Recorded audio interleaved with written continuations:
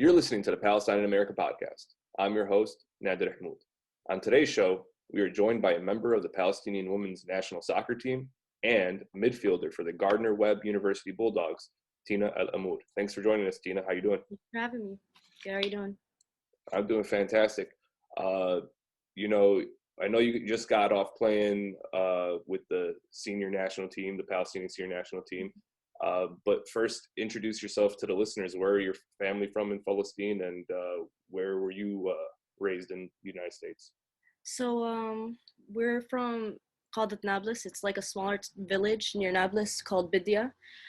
And I'm currently living in North Carolina. I was born and raised in North Carolina. But you played high school soccer in Cleveland, or Cleveland High is actually like in North Carolina. Yeah. That's why I was so confused. I'm like, I thought she was always North Carolina. That's where I made my mistake. Yeah. So, all right. So Gardner-Webb, how did that come about? Did they recruit you? Yeah, I got recruited around my junior year of high school, and he was actually a former coach of mine, and he watched me play at a tournament and just offered me there. So I was lucky. So are you there on a scholarship? Yeah, alhamdulillah, I am. Alhamdulillah. That's congratulations. So where did it all start for you, soccer?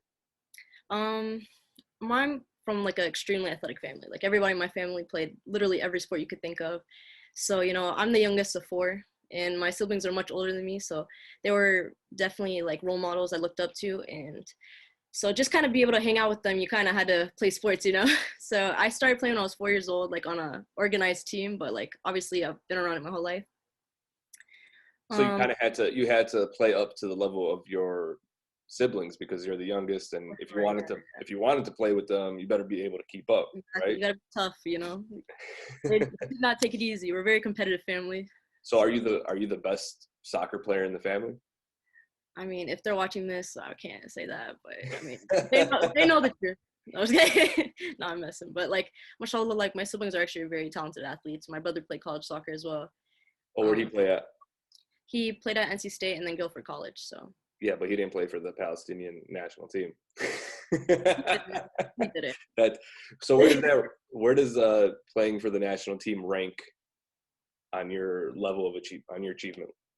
Honestly, it's the biggest honor that I could ever think of. Honestly, Palestine is so near and dear to my heart, and be able to do something in Palestine's name is honestly I don't think I could top it. Would you say your best soccer memories are from there? 100%, yeah, for sure.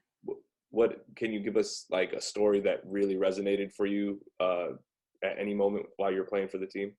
I think the first time I got to I got called up to national team, I think I was 17. So I was the youngest kid on the team for sure. I was on the senior national team, and I got called up to Qatar.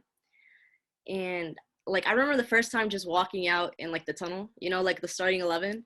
And I just look over and I actually recognize some of the players that I'm playing against. So that is something that Wow. I'll never forget for the first time. Who was a player that you recognized that you were playing against? I think it was, they had a player from that played in NWSL somewhere, in one of the teams that we played. I can't remember who it was. But, still pretty cool. It's like stories you hear about NBA players now playing against LeBron, because he's been in the league for 20 years. Yeah, it's definitely honestly, I can't trade that for the world. It's the best things I've ever done in my life.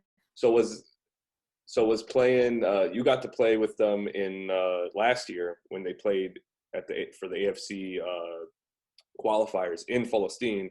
Yes. Would that I know, so you were talking about it, you played with them before in Bahrain and in Qatar, but this time in Palestine, does this obviously top the other two experiences?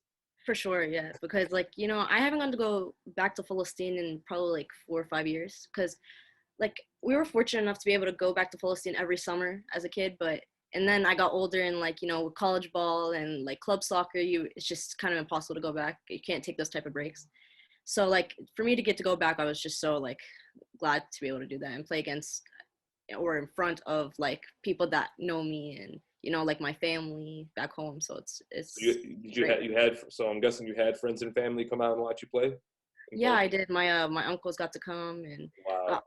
My immediate family is the only family that we have in America. So the entire family is back home in Palestine, so they all watched and everything. It was really nice to have That's them there. nuts. That's such an honor for them, dude. Like, Alhamdulillah. man, I could just imagine.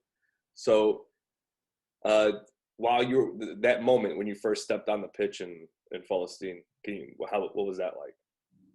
Well, I honestly, every time I've gone back to Palestine, I never got to play soccer there, Like, I Really? never saw that they had turf. Like, the Beled I'm from is like, we didn't have turf fields or anything. So, like, getting to see that for the first time was really, really cool. Like, I love that we're developing it more in Palestine and giving more Where is it? opportunities. Did you guys play in Ramallah or?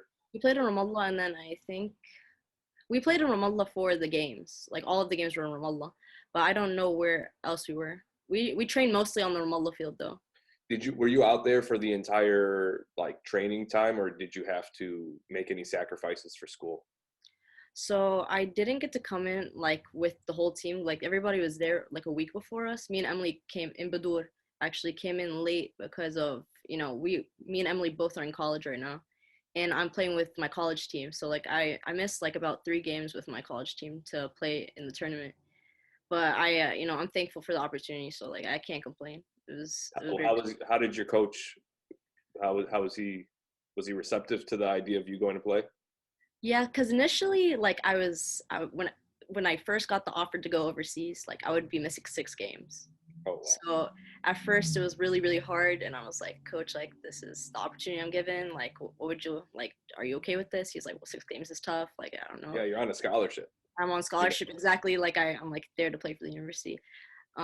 But then I worked it out with them, and they allowed me to come in like a couple of days before the actual tournament. So They gotta balance it because at the same time it's a hell of a honor even on them. They got you a Palestinian national player on their team. That's something to say for themselves. yeah, So at the same time, yeah, I mean 6 games would have been tough to be missing one of your star players, but it only ended up being about 3, and so then we were that's back cool. into it. How is it playing collegiate ball? How would you compare the two, playing collegiate and on a national level? Um, okay, well, and when you're playing for the national team, you play against a lot older players that are like they're veterans. They know the game really well. They're a lot more mature usually because they have so much experience. But in like college ball, it's very, very competitive because everybody you're playing against has also been doing the same thing you're doing like since they're 4 years old, training in and out. Like if you miss a day, they're not missing a day. So like you definitely it's competitive. You keeps you working. Like you can't just get complacent. Do you have any plans to play after college? I would love to. If I had the opportunity, I would 100% take it. Like I would love to play like Same, professionally after same college. thing with the national team. As long as they're extending the offer, you're going to go out there and play. I do think I would for sure. Like I love it. That was, soccer is like the one thing in my life I've consistently been doing for almost like 16 years now, and like I still love it, and I don't think I would want to give it up voluntarily. You'd have to, like it'd be done for me like physically. I just could not play anymore, and that's when I won't play anymore. But even if you couldn't play anymore, would you still be involved in the game? Yeah, for sure. I mean, I was coaching like little like like 6-year-olds, 8-year-olds like while I'm playing now, or like like I took over a middle school team before. Like I like just being around the game.